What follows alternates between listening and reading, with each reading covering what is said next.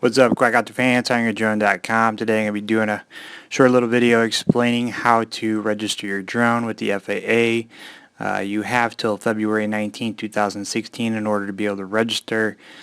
This went into effect December 21st, 2015 for anyone that owns a small unmanned aircraft that weighs over 0.55 pounds, which is roughly a little bit over 8 ounces, or less than 55 pounds total. And it is an unmanned aircraft, which means that most likely it is RC because you're not going to be sitting inside of it. Now, this has actually touched me personally. I was actually stopped for flying recently and asked for my pilot's license with the FAA and also my registration. Luckily, it wasn't February 19, 2016. Otherwise, they could have impose some criminal penalties as well as civil penalties for flying without my drone being registered. So anyone over the age of 13 years old needs to register. In order to register, you will need a credit card to do it online. If you do not have a credit card, there is a form that you can mail in through the mail. But that's going to take a little bit longer, up to probably 30 days of processing. So the link that you see on the screen, that's the link that you're going to use. I'll also put it in the description, so then that way you can just click directly to the registration page on the FAA's website, which will also give you some additional information that I'll be covering here, as we go through it. So, overall, what this says is that it says that your aircraft can't be used for commercial purposes. It's only for hobby and recreational purposes, and it can't weigh greater than 55 pounds, which that would be a huge drone. I think the heaviest one that I have is an F-450, which is roughly about a pound or so. So there's a little bit of confusion when it comes to registering your drones if you have multiple ones. I was under the impression that I had to pay $5 for each one, which isn't the case. You only have to pay $5 to register to get your license and your ID number. Once you get your ID number, you just need to put that ID number on the drone anywhere you can, or quadcopter, and you're going to put that in the battery bay if possible. You can engrave it. You could use any means possible, a marker, anything that's not going to come off through wear and tear or just flying your quadcopter. So to register online, you will need an email address, a credit card, as well as a physical address for your mailing address. Now, if you don't have one of those, like I said, you can mail in a form, and it'll take a little bit longer in order for that to be able to be processed. If you do it, like I said before, June 1st, 2016, midnight Eastern Standard Time, you will have your $5 registration fund refunded to you, but you do have to pay that up front.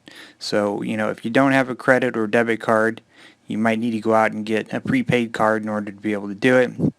The registration lasts for 3 years, so you do not need to register again. And you just need to make sure that you weigh your drones and then also put your registration number or ID number on any and all drones that you own. So after you go through the website, click on register, you'll create an account, you'll receive an email, you follow up that email to confirm your email address, you log in, you fill out your personal information, mailing address. It'll take you to the next screen, and on the next screen, that's where you're going to input your payment method. And after you input your payment method, you'll be sent over to the next screen for the completion. It's fairly easy to do. For being a government website, they actually made it easy. Typically, government websites suck and it's difficult to navigate. I'm not showing any pictures of the website just because it is a federal website, and who knows how bent out of shape they'll get over it.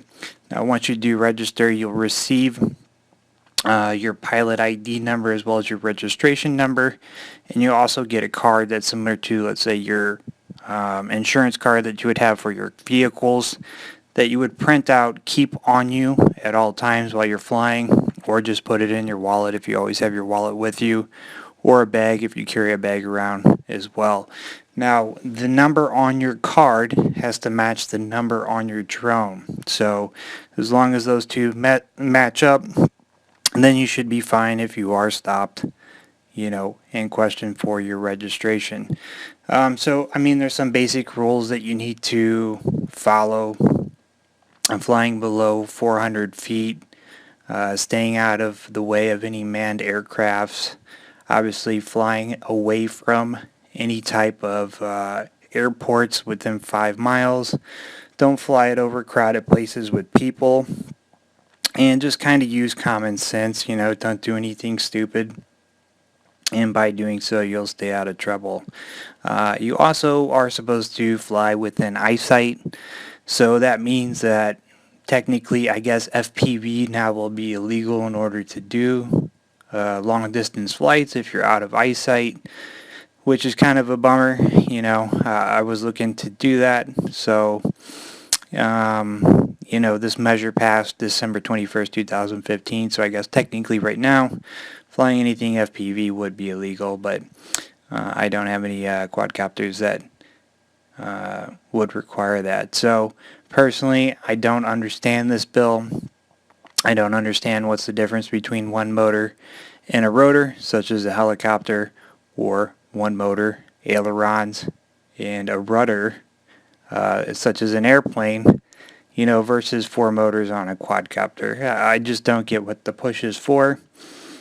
So it's a little confusing, but nevertheless, I've already been stopped once, and I don't want to get any penalties or fines because I am just a hobbyist flying for fun. So if anyone else has questions about how to do this, feel free to put them in the comment box. It's pretty self-explanatory. Just follow the link in the description or the one displaying on the screen, and it'll get you to the correct place. So then that way you can go ahead and start registering your drone.